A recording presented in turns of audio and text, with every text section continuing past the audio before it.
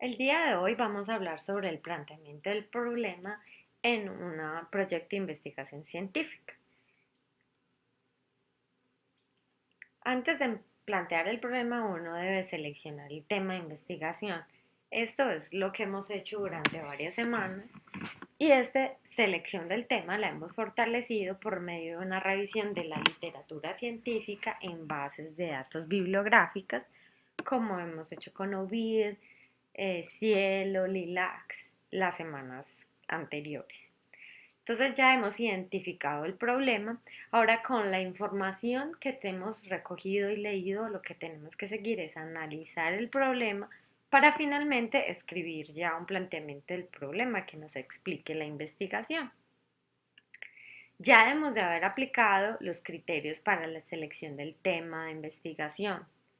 Los 7 criterios que se presentan acá: la pertinencia, la ausencia de duplicación, la urgencia de los resultados, el asentimiento político, la factibilidad y la viabilidad, la posibilidad de aplicar, el conocimiento generado y el asentimiento ético. Ahora vamos a empezar a construir nuestro planteamiento del problema. ¿Qué es lo que debemos hacer? Identificar en una primera instancia ese problema. Con la literatura científica que hemos obtenido y hemos leído, vamos a identificar los diferentes puntos de vista en relación con este problema.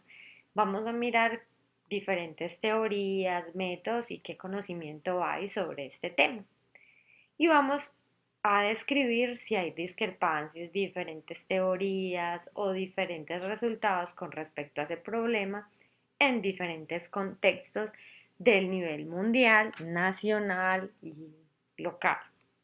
Vamos a hablar sobre quiénes son los que padecen este problema, vamos a identificar dónde, cuándo, vamos en general a determinar la magnitud y la severidad de este problema de investigación.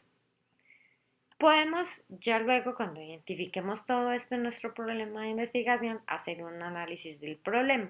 Esto se puede hacer mediante mapas lógicos o mapas mentales o a través del árbol del problema. Lo que debemos de hacer es, por ejemplo, identificar el problema y los diversos factores que pueden explicarlo. Este es un ejemplo. Esta es una investigación de Saldarriaga en el 2003 y este es un mapa lógico del problema de investigación.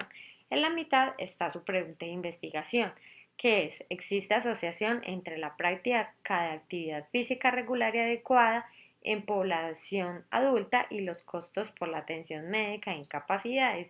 Y él dice que hay 6 esferas que explican esta pregunta de investigación. La primera: si existen programas de promoción de la salud que hagan un énfasis en esta actividad física, y allí se identifican políticas, estrategias, planes y programas. Y en la Universidad de Antioquia el programa PROSA. Esta actividad física también está determinada por lo que hace cada persona de manera individual, por sus actitudes que sean favorables o desfavorables frente a la actividad física, por el nivel de conocimiento sobre qué es la actividad física, cómo se debe realizar y los beneficios y riesgos. Además, sobre características de la personalidad que tienen que ver con la autorregulación, la utilización del tiempo libre, la capacidad de programarse y darle continuidad a una tarea específica. Además, esta actividad física, cuando no se hace, puede estar relacionado con incremento en los costos médicos por consulta médica, por prescripción de fármacos, por incapacidad laboral o por cirugías que se generan, por ejemplo, de rodilla o espalda, dolores crónicos que deben ser tratados de esta manera. También a nivel de las IPS, si hay programas de promoción y prevención, cómo es el acceso a estos programas y si estos programas permiten que las personas hagan mayor actividad física o los incentivan. Además, hay elementos de la esfera biopsicosocial como factores biológicos, factores fisiológicos que están muy desarrollados relacionados con el estrés y la capacidad de responder al estrés, la ansiedad y depresión, y algunos factores de riesgo sociales que se relacionan con los estilos de vida que tiene la persona y que también se relacionan con tener menor actividad física. Aquí tenemos otro ejemplo de un mapa mental. Este nos explica cómo es el acceso a los servicios de salud en la población en situación de desplazamiento y dice que el acceso está determinado por 6 aspectos. Primero, unos aspectos socioculturales que estarán determinados por los conocimientos de las personas sobre sus enfermedades y medidas preventivas, el grado de escolaridad, el adecuado soporte social y familiar, por el pobre conocimiento sobre los deberes y derechos en salud, por la percepción que tengan las personas de su proceso de salud y enfermedad y cómo las personas prefieren otros tipos de tratamientos y el miedo permanente que pueden tener las personas desplazadas debido a su condición. Aspectos económicos como el desempleo y el subempleo, porque tienen escaso dinero para transportarse el servicio de salud, tienen poca capacidad de pago, por ejemplo, de cotas moderadoras o copagos en cualquiera de los casos.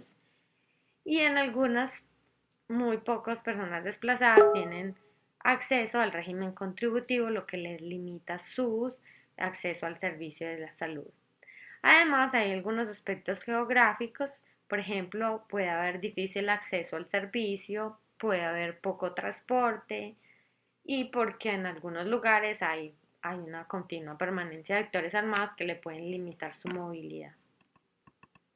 También hay otras características, por ejemplo, que dependen de los entes administrativos. eh, por ejemplo, que haya dificultades en el ingreso al sistema unificado de registro de población desplazada, porque haya pobre infraestructura y recurso humano para la atención, porque hay mucha legislación en desplazamiento forzado y en el tema de salud, pero eh, hay muchas dificultades para implementar todos estos y escasos recursos también. Hay mucha gente que también no se registra como desplazado ante los entes administrativos por el miedo, la falta de información. También hay muchas leyes y estas leyes pueden ser poco claras y tienen dificultades en ser implementadas. Estas son algunas. Y en cuanto a los servicios de salud, hay características de estos que pueden determinar el acceso a la población desplazada como poca capacidad de recursos en los servicios, elevados costos de transporte, periodos prolongados de la espera, suministro irregular de medicinas y medicamentos, poco conocimiento o capacitación de cómo atender específicamente a esta población y porque a veces no hay acceso a las bases de datos para identificar quién es población desplazada y cómo puede ser de una mejor o de forma más efectiva beneficiada. Entonces, estos fueron algunos ejemplos de un árbol del problema o de un mapa mental. La idea es que ustedes continúen haciendo sus mapas mentales o árboles del problema, como les enseñé en momentos anteriores del árbol del problema, para poder definir mejor y entender mejor el problema. También en el planteamiento del problema podemos nuclear, o sea, determinar el alcance de la investigación. Y esto lo podemos hacer identificando para quién va a ser útil los resultados al final de todo esto. Esto que tanto aportará a resolver un problema o una brecha en el conocimiento. ¿Quién finalmente serán los beneficiados de los resultados y cómo podrá ser usados, por ejemplo, mejorando una política o un programa? Si es viable, debemos de determinar si es viable, es factible, nuevamente volvernos a preguntar y en esta revisión de la literatura volver a pensar si ya está esta información, si la estamos duplicando o qué vamos a aportar de más para la ciencia y para la población. En el planteamiento del problema es importante porque no es toda la base para el desarrollo de la propuesta que vamos a hacer en este semestre y facilita la identificación de los estudios más importantes relacionados con el tema. El lector debe observar qué es lo que existe ya de información y cuál es la brecha del conocimiento. Además que ahí, si se hace bien, uno justifica la investigación y la inversión en recurso humano y tiempo y cómo esto puede beneficiar a la población. El planteamiento del problema debe tener incluido una breve descripción del contexto donde se desarrolla la investigación y aquí se refiere contexto al pueblo, al municipio, a la institución, una descripción sobre el problema, qué factores determinan o explican este problema, una breve descripción, resumen de los estudios previos y mostrar ahí cuál es la brecha en el conocimiento y cómo esta investigación que estamos desarrollando puede aportar en algo a mejorar esa brecha en conocimiento. Describir además al final de la investigación qué se espera, qué resultados esperados hay y su utilidad. Por ejemplo, va a haber un artículo científico, se va a exponer a una población específica, se le va a exponer a la Secretaría de Salud para que tomen medidas, se va a explicar a la Junta del Hospital X para que ellos tomen medidas, o sea, al final, ¿qué se va a hacer? Y a quién público le va a servir, a las personas, a las instituciones, tomadores de decisiones. También es muy importante definir en el planteamiento del problema conceptos cruciales que puedan ser problemáticos o que haya muchas definiciones. Por ejemplo, si vamos a estudiar la asociación entre la posición laboral que uno tiene y síntomas de depresión, entonces es muy importante, por ejemplo, definir en esta investigación qué es depresión, ¿sí? Desde qué punto de vista o qué definición se acepta, también definir qué es salud mental, porque la depresión está entre estos conceptos y además definir cómo está desarrollándose en el ámbito laboral y de los riesgos laborales, qué es, por ejemplo, salud ocupacional en este caso. Entonces, estos conceptos fundamentales pueden ser una buena forma de comenzar el planteamiento del problema para que sean el abrebocas del proyecto.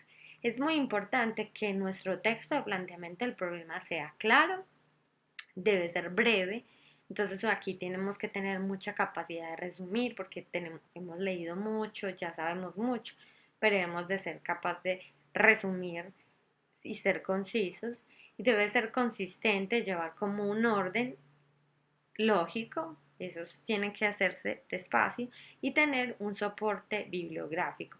Hay que hacerlo despacio, no en una noche tras noche, sino pensarlo detenidamente. Uno debe escribir este planteamiento de problema no así usando el super lenguaje sofisticado, muy lleno de adjetivos. Este debe ser un lenguaje sencillo porque la idea es que se entienda, todo el mundo lo entienda. Se deben usar frases cortas y ser muy directas, no pueden ser párrafos literarios muy bonitos que son de literatura, pero acá sirve es corto y directo y deben ser muy cortos y determinar cuál es el estilo de citación. Hemos visto que las normas Vancouver pueden ser muy útiles para la citación. Las recomendaciones más importantes son que uno debe ser muy positivo, porque en ocasiones, como este es un planteamiento del problema, uno tiende a ser muy negativo, mostrando que falta, que no existe, o diciendo que hay poco, que no se ha hecho, no. Uno debe ser muy positivo, decir que algo se ha hecho, dónde se ha hecho y mostrar qué es lo que falta.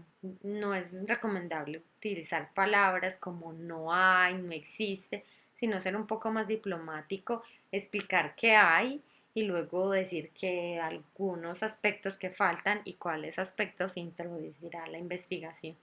Al ser negativo, si es muy negativo en la investigación da la sensación de que no existe nada, de que hay muy poco y empieza a parecer que la investigación es muy nueva, que son temas sin explorar y lo que termina pasando es que pareciera que no sea factible o que hay que invertir mucho tiempo en esta investigación. Se debe incluir toda la información relevante, hay que tener mucho cuidado porque eh, cuando uno envía un proyecto de investigación lo mandan a personas que saben mucho del tema y si usted excluyó información o no la expresó claramente, entonces pueden mostrarle a usted esta falla en el conocimiento. Primero uno debe hacer un esquema del texto y uno debe respetar ese esquema de texto. debe respetar los límites y formatos que le expresen, por ejemplo, si es para conciencias o si eso es con la norma de Vancouver, de respetar eso y hacer que otras personas lean el texto, un asesor, un profe, sí, un amigo. El planteamiento del problema tiene que ser tan sencillo que un amigo que no sepa nada del tema pueda entender cuál es lo importante y pueda decir, esto debe hacerse. ¿Qué es lo que uno debe hacer? La estrategia que uno debe usar para escribir. Primero debe pensar muy bien, tomarse el 60% del tiempo que tiene para pensar cómo lo va a escribir. Hacer un buen mapa teórico o un árbol del problema. Y en esta preparación de esquemas es muy importante hacer muy buena revisión bibliográfica para poder saber dónde está la brecha del conocimiento. Luego el 10% del tiempo lo va a dedicar a escribir según ese esquema que preparó y luego se va a tomar el 30% de su tiempo para revisar y pulir. Y según esto, también pueden mandarlo a otras personas o asesores o otras personas para que lo lean y en este otro 30% restante. ¿Cómo debe ser el esquema? Entonces, primero, un planteamiento del problema tiene como una introducción en la que uno primero hace las definiciones más importantes de las que hablábamos, una breve historia del contexto del lugar donde se realizará y qué limitaciones hay pues en ese contexto, por ejemplo, si son barrios pobres, vulnerables, mostrar esos riesgos.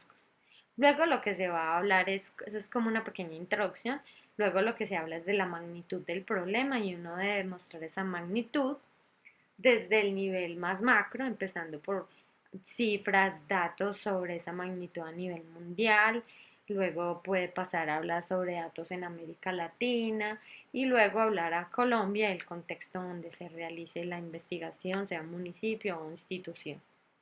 Después debe mostrar las consecuencias, o sea, de ese problema, cómo puede afectar a la sociedad ese problema desde una perspectiva económica, ¿cierto? Porque se gasta, se pierden años de vida o porque se invierte mucho el Producto Interno Bruto o las consecuencias que dan los servicios porque se incrementan las atenciones, los costos y las complicaciones, cómo esto puede afectar el desarrollo de la sociedad, el desarrollo humano y de las personas y finalmente cómo hay consecuencias o complicaciones en la salud física y mental de las personas. Entonces aquí es muy importante decir cuánta gente está afectada en el punto 2 de magnitud, pero además con tanta gente afectada, cómo esto puede tener consecuencias en la sociedad.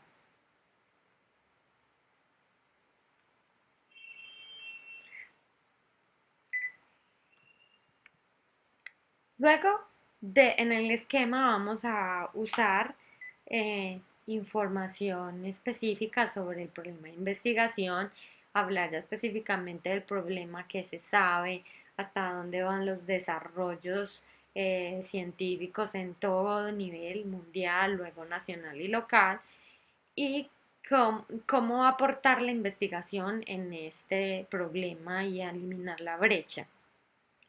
Entonces, cuando acabe de hacer eso, ya ahí sí va a decir, explicar en el punto 5 de qué trata su investigación, qué es lo que va a hacer, qué es lo que usted va a aportar, a quiénes van a beneficiar y por último, finaliza el planteamiento del problema con la pregunta de investigación. Aquí ya tendríamos entonces todo el planteamiento del problema explicado. Las actividades que vamos a realizar para continuar, entonces ya hicimos la lista de temas y le aplicamos los criterios. Ya debemos de tener elaborado el primer diagrama del problema, o sea, con árbol de problema, con un mapa de problema. Lo van a volver a pensar y a depurar, se lo van a presentar el asesor y ya van a empezar a escribir con ese esquema que les expliqué el planteamiento del problema. Recuerden que es muy importante las fuentes de información y referencias bibliográficas, científicas y de calidad y no copiar y pegar, sino siempre usar un resumen que sea hecho por su propio desempeño Y también es muy importante que como estamos trabajando en grupos, nos repartamos las responsabilidades de lectura y escritura. Gracias.